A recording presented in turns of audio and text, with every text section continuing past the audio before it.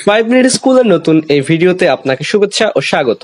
এই ভিডিওর মূল আলোচনার বিষয় স্টুডেন্ট আইডি। আমরা দেখতে পাচ্ছি 47তম বিসিএস এর আবেদন ফরমেশনটি চেঞ্জ হয়েছে কিছু জায়গাতে এবং এইখানেতে স্টুডেন্ট আইডি নামের একটি অপশন যোগ হয়েছে।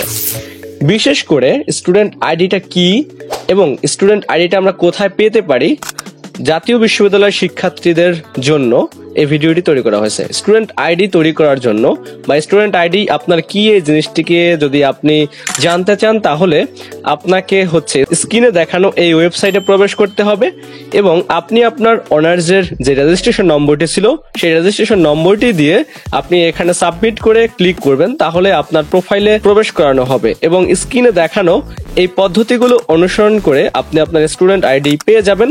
তবে যদি আপনি কোনো কারণে না প্রবেশ করতে পারেন তাহলে আপনি ধরে নেবেন আপনার অনার্সের যে রেজিস্ট্রেশন নম্বর ওইটি হচ্ছে আপনার স্টুডেন্ট আইডি, কারণ যখন আপনি দেখতে পাচ্ছেন স্ক্রিনে রেজিস্ট্রেশন নম্বর টাইপ করে দেয়া হয়েছে, স্টুডেন্ট আইডি হিসেবেও ওই রেজিস্ট্রেশন নম্বরটিকেই দেখানো হয়েছে। সো আশা করি বুঝতে পেরেছেন। নতুন নতুন ভিডিও পেতে আমাদের সাথেই থাকুন। দেখা হচ্ছে পরবর্তী নতুন কোনো ভিডিওতে। ভালো থাকুন, সুস্থ থাকুন। Good bye.